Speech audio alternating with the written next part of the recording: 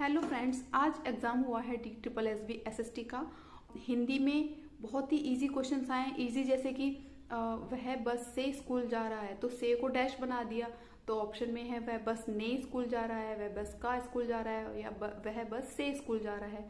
तो से उसमें आपको फिल करना है। ये कारक वाले क्वेश्चन है। और हिंदी में एक पैराग्राफ आया है, बहुत ही ईजी पैराग्राफ आया है। और ये AI के ऊपर एक पैराग्राफ आया है।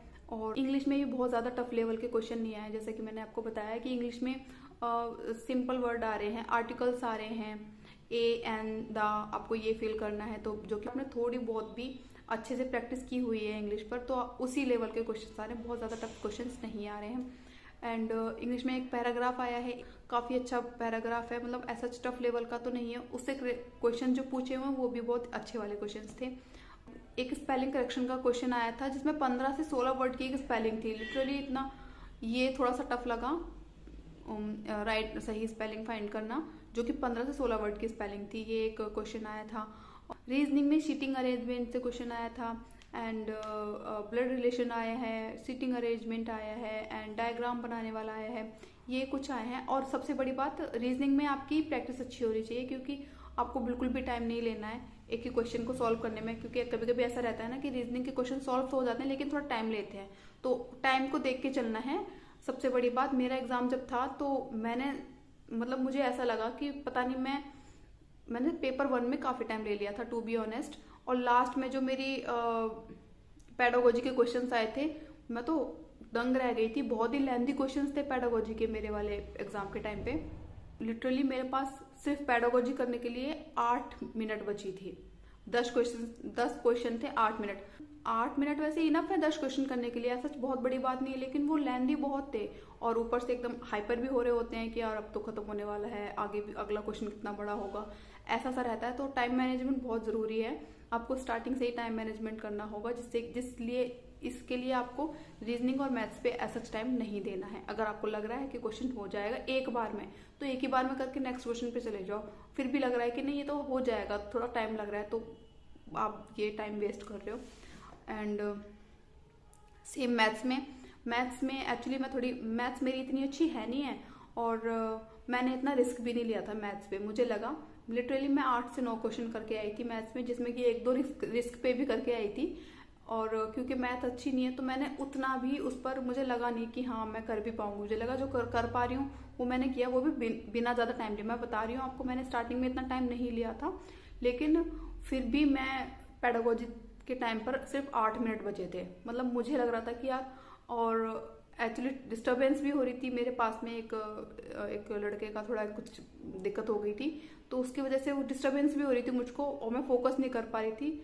तो मतलब फोकस के साथ में तो टाइम कम है, ऊपर से आपको प्रॉपर फोकस करना है, एंड ये भी करना है कि क्वेश्चन गलत ना करें, ये चीज़ भी है। तो टाइम का बहुत ज़्यादा ध्यान रखना है। मैं स्पेशली रीजनिंग और मैथ्स के लिए बोल रही हूँ, क्योंकि रीजनिंग मेरी बहुत अच्छी है, तो रीजनिंग में मैंने अच्छे से किया, लेकिन मैथ्स में मैंने कुछ टाइम फालतू ले लिया, जिसका मुझे रिग्रेट हुआ बाद में। तो आपको ऐसा नहीं करना है, जितना आ रहा है वो करो, अदरवाइज मत करो, ठीक है। नेक्स्ट क्वेश्चन करो, सबसे बड़ी बात। और उसके बाद Hindi, English, reasoning, math, GS में करंट अफेयर्स आए थे आज के एग्जाम में।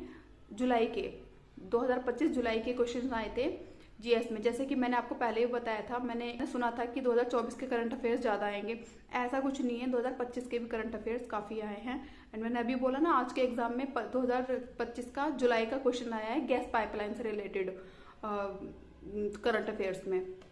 ये हो गया पार्ट ए। और पार्ट बी में मैं आपको बता देती हूँ, जो क्वेश्चंस आए थे वो ऑलमोस्ट सारी शिफ्ट में सेम टॉपिक पे आ रहे हैं। क्वेश्चन बनाए हुए हैं उन्होंने अलग अलग। एक क्वेश्चन आया था, पृथ्वी कितने घंटों में चक्कर लगाती है, ऐसा कुछ क्वेश्चन था एक।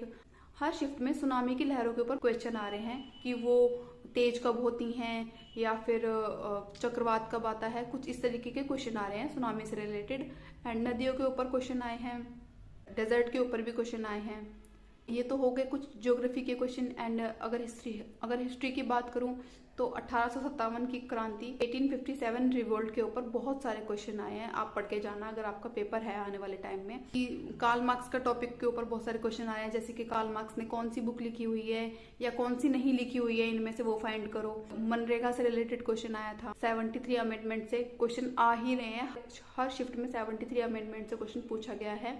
और ग्रामीण और शहरी क्षेत्र में कुछ डिफरेंस बताने का ये क्वेश्चन आया था। एग्रीकल्चर से रिलेटेड क्वेश्चन आया है, और गांधी जी के बारे में पढ़ लेना क्योंकि क्वेश्चन ऑलमोस्ट हर शिफ्ट में आया है। ड्राफ्टिंग कमेटी के ऊपर भी क्वेश्चन आया है।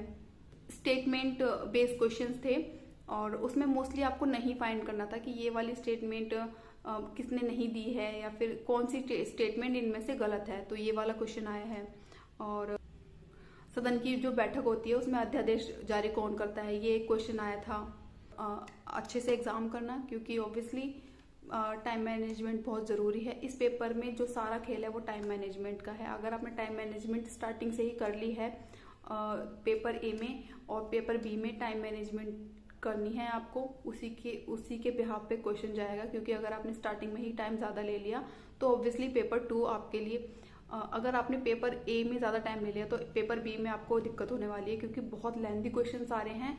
और मतलब टफ क्वेश्चन नहीं आ रहे हैं लेकिन लेंथी क्वेश्चंस आ रहे हैं। तो क्योंकि अगर लेंथी है तो टाइम के पढ़ने में टाइम लगेगा, तो उसके लिए आपको पेपर ए में इतना टाइम लेना ही नहीं है कि आपको बाद में दिक्कत हो।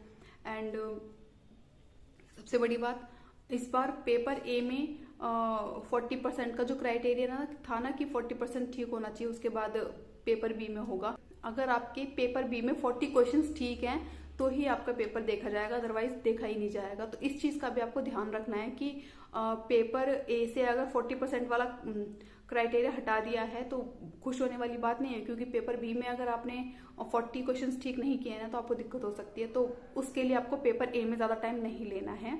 और सच बताऊँ ना तो हिंदी और इंग्लिश में आपको टाइम नहीं लेना है। अगर आप कितना भी कर लो 5 से 6-7 मिनट में पूरे क्वेश्चन हो जाएंगे, क्योंकि ऐसे टफ आ ही नहीं रहे हैं अगर आपकी पढ़ने की स्पीड अच्छी है तो। एंड रीजनिंग में क्वेश्चंस अच्छे आ रहे हैं, अगर आपकी प्रैक्टिस अच्छी है तो आप जल्दी कर लोगे रीजनिंग भी। एंड करंट अफेयर्स ऑब्वियसली मतलब कुछ भी आ सकता है, तो उसका तो कुछ क्या ही गाइडेंस करूँ मैं आपको। और मैथ्स मुझे टफ लग रही है, टू बी ऑनेस्ट मैथ्स मुझे रियली टफ लगी। शायद मैं वीक हूँ मैथ्स में, शायद इसलिए लगा। अदरवाइज आपकी अगर मैथ अच्छी है ना तो मैथ्स भी अच्छी है, तो आप पेपर ए में टाइम ना लेकर के पेपर बी में सारा टाइम इन्वेस्ट करना, क्योंकि लेंथी क्वेश्चंस हैं एंड स्टेटमेंट बेस्ड क्वेश्चंस हैं, उनको पढ़ने में भी टाइम लगेगा, समझने में भी टाइम लगेगा। एंड 10 नंबर की पेडागोजी लास्ट में है, और पेडागोजी का तो सच बताऊँ ना तो उसके तो और भी ज़्यादा लेंथी क्वेश्चंस हैं। और जीन पियाजे पर क्वेश्चन आया था पेडागोजी में। एंड स्टेटमेंट बेस्ड क्लासरूम में कैसी व्यवस्था होनी चाहिए, टीचर की रिस्पॉन्सिबिलिटी क्या होनी चाहिए, तो इस टाइप के क्वेश्चन आ रहे हैं। टफ नहीं है लेकिन लेंथी हैं, इस चीज़ का आपको ध्यान रखना है। एंड अगर आपको वीडियो अच्छी लगी तो please subscribe my channel. Bye.